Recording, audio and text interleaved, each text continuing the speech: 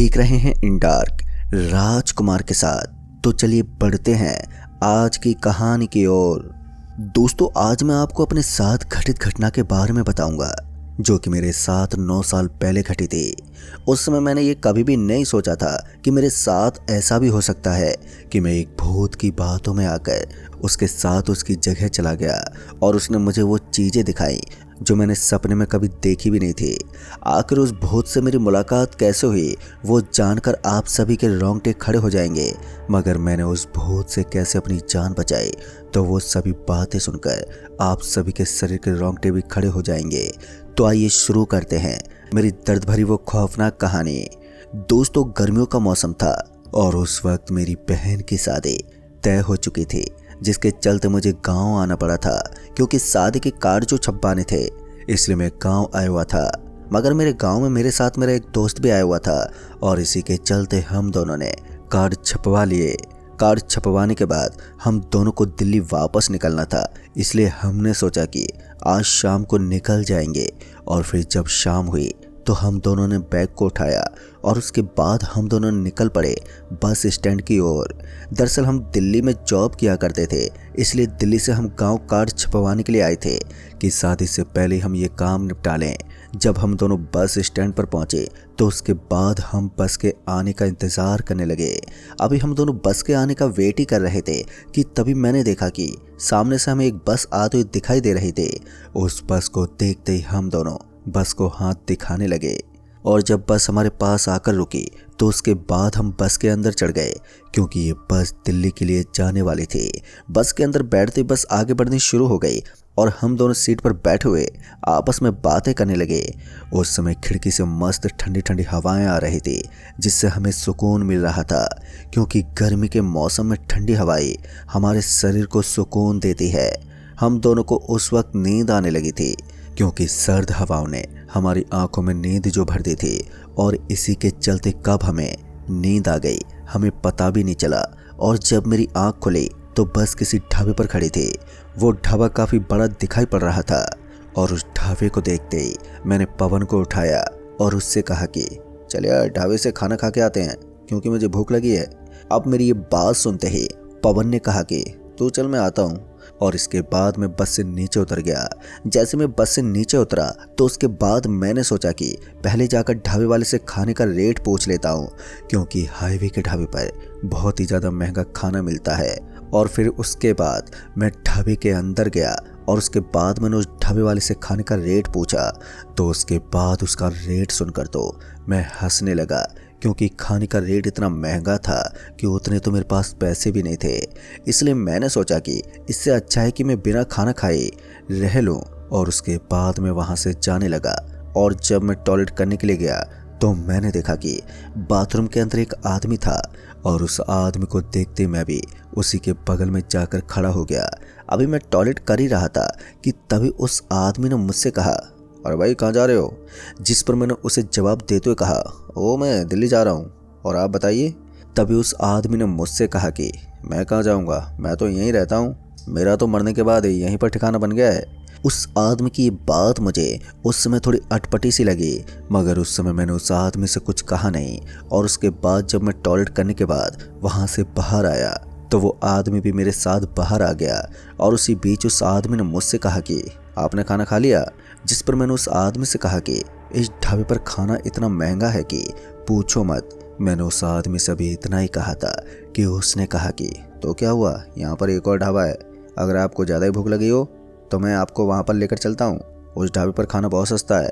अब उस आदमी की ये बात सुनकर मुझे बहुत ही राहत मिली कि चलो किसी ढाबे में तो सस्ता खाना मिलता है। और फिर मैंने उससे कहा, कहाँ पर है वो ढाबा? अब मेरे ये कहते ही उसने मुझे अपने पीछे आने का इशारा किया और फिर मैं उस आदमी के पीछे पीछे जाने लगा, क्योंकि मुझे भूख उस वक्त इतनी ज़्यादा लगी थी कि मैं आपको बता ही नहीं सकता। अभी मैं उस आदमी के पीछे पीछे एक रास्ते पर चल ही रहा था कि तभी उसी समय मुझे याद आया कि पवन तो बस के अंदर ही रह गया है। पर मैंने उससे कहा भी था कि जल्दी से नीचे आ जाना, मगर वो अभी तक नीचे नहीं आया था। तभी मैंने सोचा कि ढाबे से मैं उसके लिए खाना पैक करवा लूँगा, और यही सब सोचते हुए मैं उस आदमी के पीछे पीछे जाने लगा। धीरे धीरे वो आदमी जब मुझे उस ढाबे से बहुत दूर लेकर आ गया तो उसके बाद जब मैंने वहाँ चारों तरफ देखा तो मुझे वहाँ पर कोई भी ढाबा नजर नहीं आ रहा था। किसी भी ढाबे को ना देखकर मुझे उस आदमी पर शक होने लगा कि कहीं ये मुझे झूठ बोलकर तो नहीं लेकर आ गया। जिस पर मैंने उस आदमी से कहा, भाई साहब ढाबा तो कहीं भी नज़र नहीं आ रहा है। आप तो बोल रहे थे कि यहाँ पर ढाबा है, यहाँ तो मुझे कहीं भी कोई ढाबा नज़र नहीं आ रहा। अभी मैंने उस आदमी से इतना ही कहा था कि तभी उसने कहा कि बस थोड़ी दूर है, आने वाला है ढाबा। उस आदमी की ये बात सुनकर मुझे थोड़ा अजीब लगा, क्योंकि मैं अब बस से काफ़ी दूर जो आ गया था और उस वक्त मेरे जहन में ये डर था कि कहीं बस चली ना जाए। फिर इसी के चलते जब मुझे एक छोटा सा ढाबा दिखाई दिया तो उसके बाद उस ढाबे को देखकर मुझे बहुत ही राहत मिली कि चलो ढाबा तो मिला। इस ढाबे की तलाश करते करते मुझे इतनी दूर आना पड़ा। फिर जब वो आदमी मुझे उस ढाबे के पास ले गया तो उसके बाद मैंने देखा कि उस ढाबे में कुछ लोग खाना खाते हुए दिखाई दे रहे थे। मगर चौंकाने वाली बात तो ये थी कि उन सभी लोगों ने एक ही जैसे कपड़े पहने हुए थे, जो कि मुझे थोड़ा अजीब सा लग रहा था। मगर उस वक्त मैंने ये सोचा कि मुझे इन सब बातों से क्या मतलब, मैं तो यहाँ पर खाना खाने के लिए आया हूँ। मैं ढाबे में बनी कुर्सी पर जाकर बैठ गया और तभी मेरे पास ढाबे का चाकर आया और उसके बाद उसने मुझसे पूछा, बताइए सर क्या खाना है। जिस पर मैंने उसे खाने का ऑर्डर दे दिया और मैंने उससे ये भी कहा कि कुछ खाना अलग से पैक कर देना। और उसके बाद वो चाकर वहाँ से चला गया और मैं खाने का वेट करने लगा। अभी मैं वहाँ के लोगों को ही देख रहा था कि तभी मुझे याद आया कि जो आदमी मुझे यहाँ पर लेकर आया था वो तो मुझे कहीं भी दिखाई नहीं दे रहा है।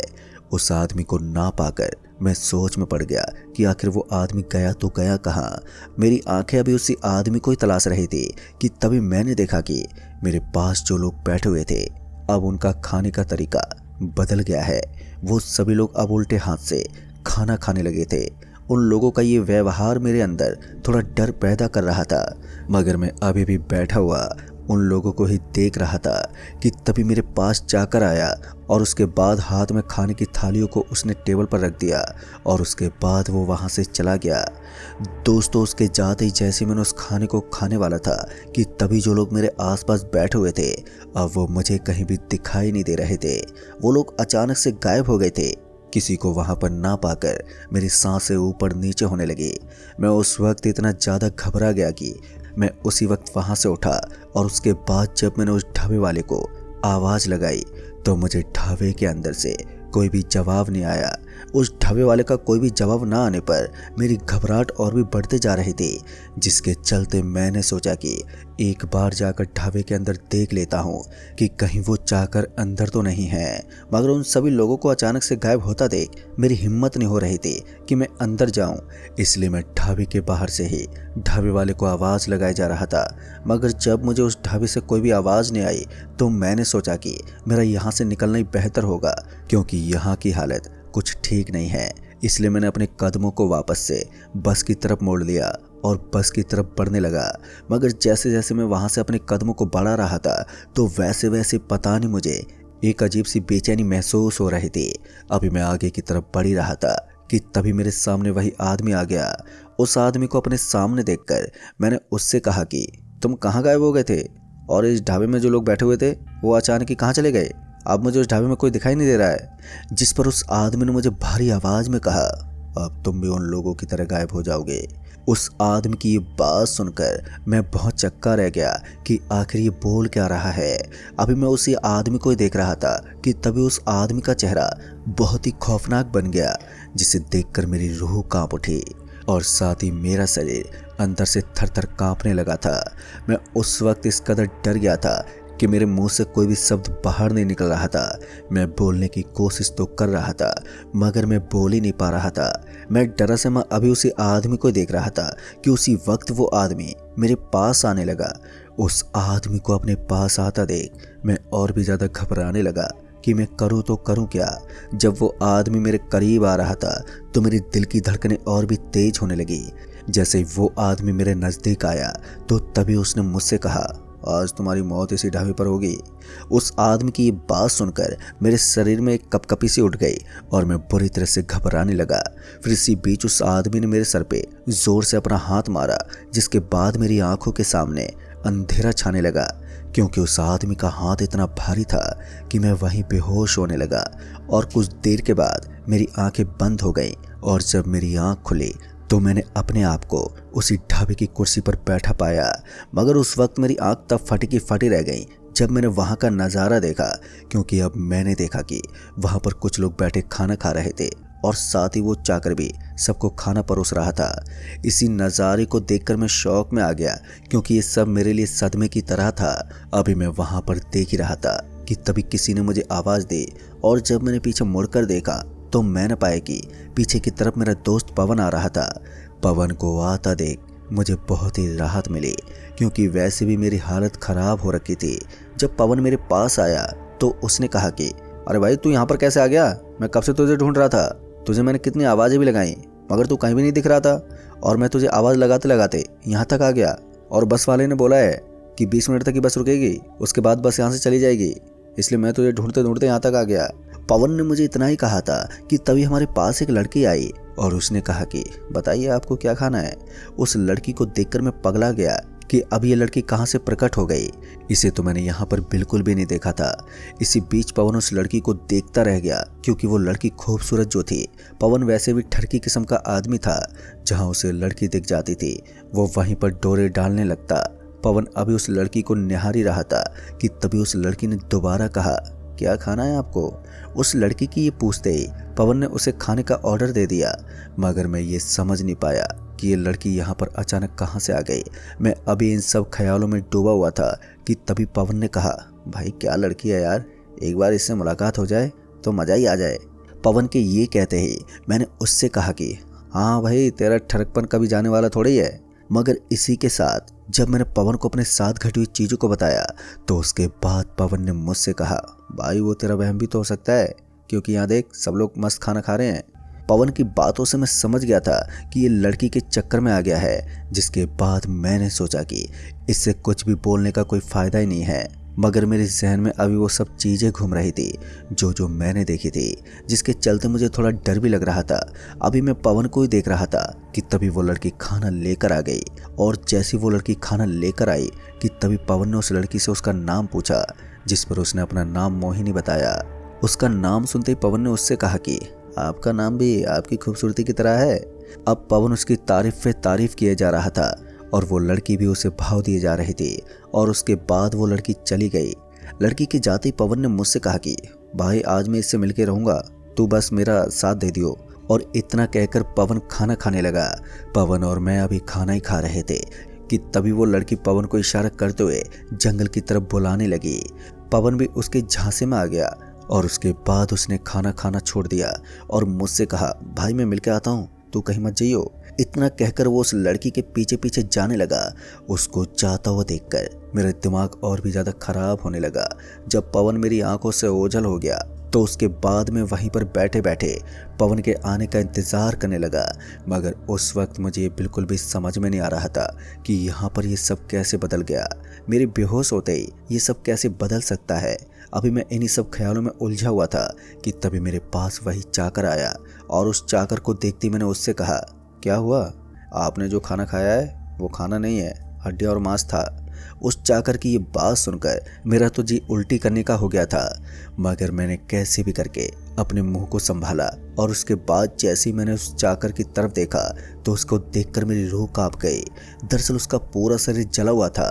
मैं उसी वक्त वहां से उठा और पवन को आवाज़ लगाने लगा, मगर उसी वक्त मैंने देखा कि उस ढाबे का हुलिया पूरी तरह से बदल गया था। अभी मैं उसी ढाबे को ही देख रहा था कि तभी मुझे पवन की आवाज़ सुनाई दी। वो चीखते हुए मेरी तरफ आ रहा था और जब वो मेरे पास आया तो उसके बाद उसने कहा कि भाई जल्दी से यहाँ से भाग, नहीं तो हम दोनों मारे जाएंगे। जिस पर पवन को मैंने भी यही कहा और जब मैंने उस चाकर की तरफ देखा तो मुझे वो कहीं भी नजर नहीं आया। उसको कहीं भी ना पाकर मैंने पवन को कहा कि हमें यहाँ से भागना चाहिए और इसी के चलते हम दोनों ने अपने पैरों को तेजी से दौड़ा दिया, क्योंकि अगर हम तेजी से नहीं भागते तो हम पक्का मारे जाते। और यही सोचकर हम दोनों भागते भागते बस के पास पहुंच गए। और जब हम बस के पास पहुंचे तब जाकर हमारी जान में जान आई। मगर उसी वक्त हम दोनों बस के अंदर चढ़ गए और अपनी सीट पर जाकर बैठ गए। और उसके बाद पवन ने मुझे बताया कि उस लड़की ने उसके साथ क्या किया। जब मैं उस लड़की के पीछे गया तो उसके बाद वो लड़की मेरे करीब आ गई और उसके बाद उसका खूबसूरत चेहरा बहुत ही खौफनाक बन गया, जिसके बाद मैं तुरंत ही उल्टे पैर भागा और मैं तेरे पास पहुंच गया। अभी हम दोनों आपस में ये सब बातें ही कर रहे थे कि तभी बगल में बैठे एक बूढ़े आदमी ने हमारी बातों को सुन लिया और फिर उसने हमसे कहा कि बेटा, तुम्हारी किस्मत बहुत अच्छी है जो तुम उस ढाबे से बचकर आ गए, क्योंकि जो भी उस ढाबे के चक्कर में फंस जाता है वो कभी वापस नहीं आ पाया। दरअसल उन बूढ़े बाबा ने बताया कि कुछ महीने पहले इस ढाबे में सस्ता खाना मिला करता था, मगर एक रात जब काफ़ी मुसाफिर उस ढाबे पर खाना खा रहे थे तो उसी बीच ढाबे के चाकर की गलती की वजह से गैस सिलेंडर में आग लग गई और उसके बाद वो फट गया, जिसके बाद वो जो लोग थे उन सभी लोगों की मौत हो गई। और तब से रात में जो भी उस ढाबे में गया तो उसकी लाश ही मिलती है, वो भी जली हुई। दोस्तों, उस बूढ़े आदमी की ये बात सुनकर हमारी तो सांसें ऊपर नीचे होने लगी, पर तभी हम दोनों ने जैसे तैसे करके अपने आप को संभाला और उस रात का सफ़र हमारा पूरा हुआ। तो दोस्तों, इस कहानी में बस इतना ही। कहानी आपको पसंद आई हो तो वीडियो को लाइक शेयर कमेंट ज़रूर कर दें और साथ ही चैनल पर अगर नए हैं तो चैनल को भी सब्सक्राइब ज़रूर कर दें। तो मैं आपका दोस्त राजकुमार जल्द ही मिलूँगा ऐसी एक और खौफनाक घटना के साथ। तब तक के लिए बाय एंड टेक केयर।